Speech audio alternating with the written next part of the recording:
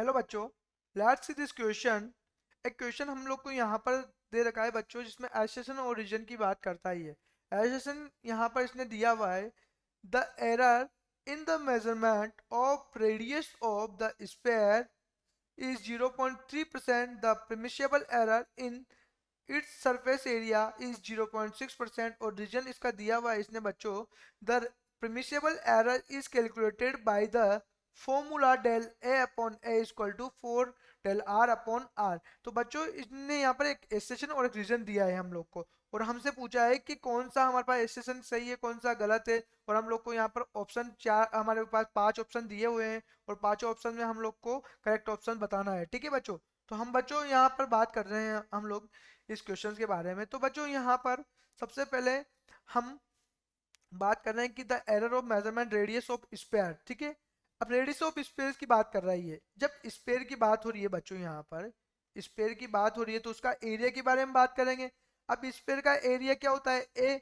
अब एरिया को हम क्या क्या कैसे लिखते हैं, ए से डिनोट करते हैं। ए इक्वल टू क्या हो जाएगा, 4 पाई r स्क्वायर। ठीक है बच्चों, ये करेक्ट होगा हमारे पास एरिया। ठीक है, स्पेयर का। अब यहाँ से हम लोग एरर फॉर्मूला लगाएंगे, तो इससे क्या लिखूंगा मैं, del a upon A.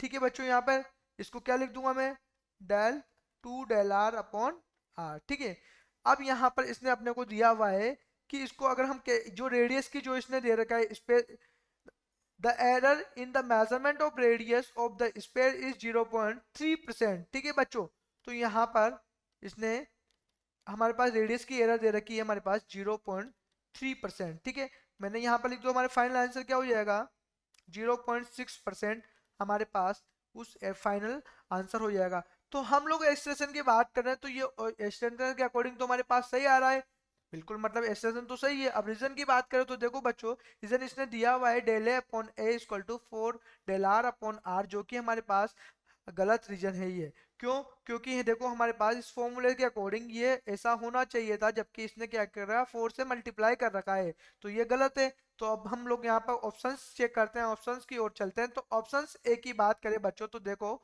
If both assertion and reason are true and the reason is the correct explanation of the assertion.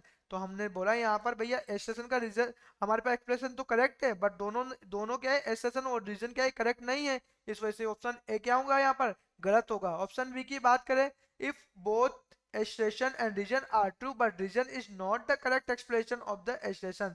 भैया गलत तो है रीजन, लेकिन इसने बोला कि दोनों ही सही है, तो ये भी गलत ऑप्शन होगा। ऑप्शन सी की बात करें, if assertion is true but reason is false. तो इस ऑप्शन सी के बारे में हम लोग यहाँ पर बात कर रहे हैं, तो ऑप्शन सी क्या होगा हमारे पास, करेक्ट होगा। क्यों, क्योंकि एसेशन सही है और रीजन हमारा क्या है, गलत है। ऑप्शन डी की बात करें बच्चों, तो if the assertion and reason both are false, नहीं, एक एसेशन तो हमारे पास क्या है, सही है, तो ये ऑप्शन भी क्या होगा बच्चों, गलत होगा। ऑप्शन ई की बात करें, if assertion is false but reason in true, तो बच्चा ये ऑप्शन भी क्या होगा, गलत होगा, क्योंकि हमारा क्या है, रीजन गलत है और एसेशन सही है। तो बच्चों फाइनल आंसर जो होगा वो क्या होगा, सी ही हमारे पास क्या होगा, यहाँ पर फाइनल आंसर होगा। Best of luck.